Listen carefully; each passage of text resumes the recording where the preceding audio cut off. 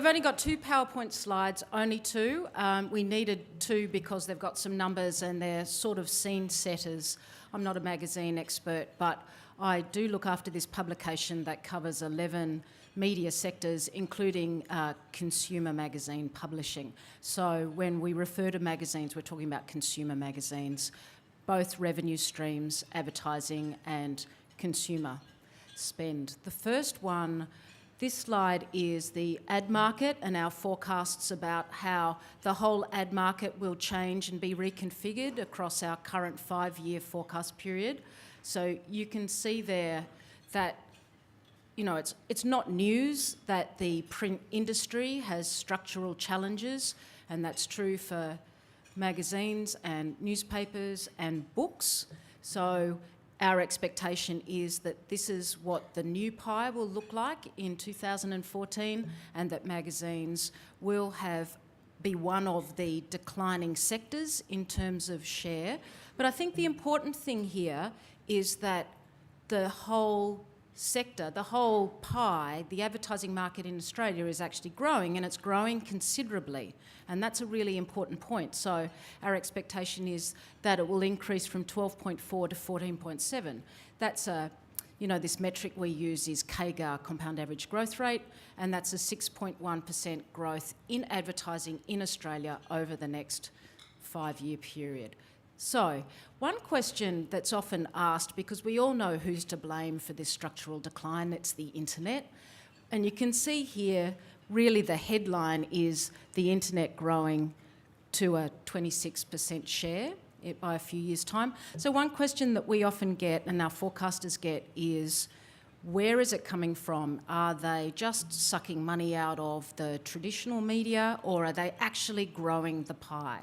So in our current research for the new outlook, we've actually taken a really hard look at this, and what we've found, and it will not surprise anyone in this room, the answer is both. It's both. So yes, share is being reconfigured, and we've got a situation where online advertising will grow from 2.2 billion in 2010 to 3.8 billion in 2014, but not all of that difference is coming from the traditional media. They are actually growing the pie.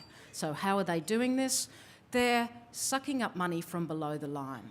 And this is interesting too, because what we're seeing is small and medium-sized businesses advertising, and they haven't before.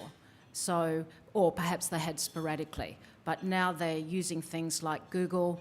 And one of the key things that's enabling this trend are the self-help tools that Google and others like it provide. So that's the ad picture. I'm going to move now, thanks Isabel, to consumer spending. This is a growth slide. So what we're looking at here is the compound average growth rate over the 5-year period. So this is what is the average growth per year for this 5 years. And I really wanted to show you differences between Australia and the globe, because this is where we can really take heart and it will help us identify the opportunities. Australia, in many sectors, but interestingly not in internet, is actually growing faster than the global average. And the global average includes really big growth regions, these new emerging economies like China and India. So they're, on average, the globe, in terms of consumer magazines, our expectation is the growth will be about 0.3% per year over the next 5 years, and Australia, 1%. So low growth, but higher than the global average. So if we look at the reasons for this, there's obviously the macroeconomic conditions that really favour us in Australia. We have a better economy than many of our Western cousins.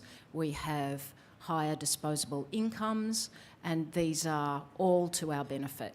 But beyond that, and specific to your sector, I think with magazines, we have very, very good product driven by very, very good expertise, and that's why we enjoy a higher growth in consumer revenues, consumer expenditures than the globe.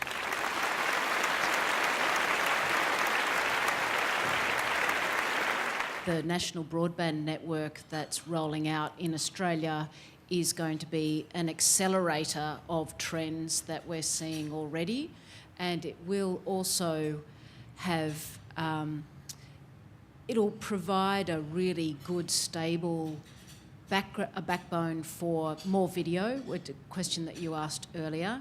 And I think we're already seeing consumers' appetite for video increase, and so it's something that everyone in the media needs to take account of, that we are going to have cheap, ubiquitous broadband, and what is that going to do for your business models?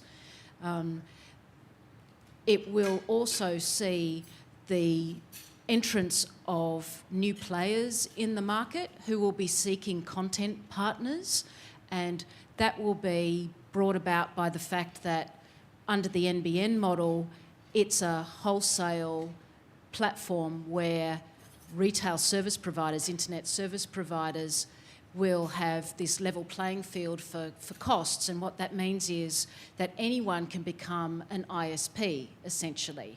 And we may see people come into the market who are not coming from your traditional telco or ISP backgrounds. We may see big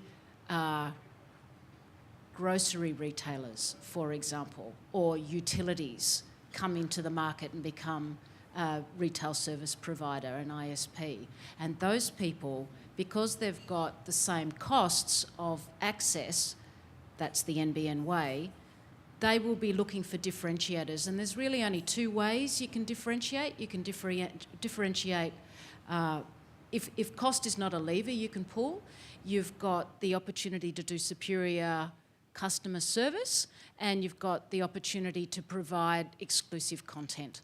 So I think one of the things that anyone who is in the content business, regardless of what platform or what channel they currently distribute on, needs to think about their core content creation assets and how they might be leveraged into a different broadband environment that Australia will have in, well, as of a couple of years' time.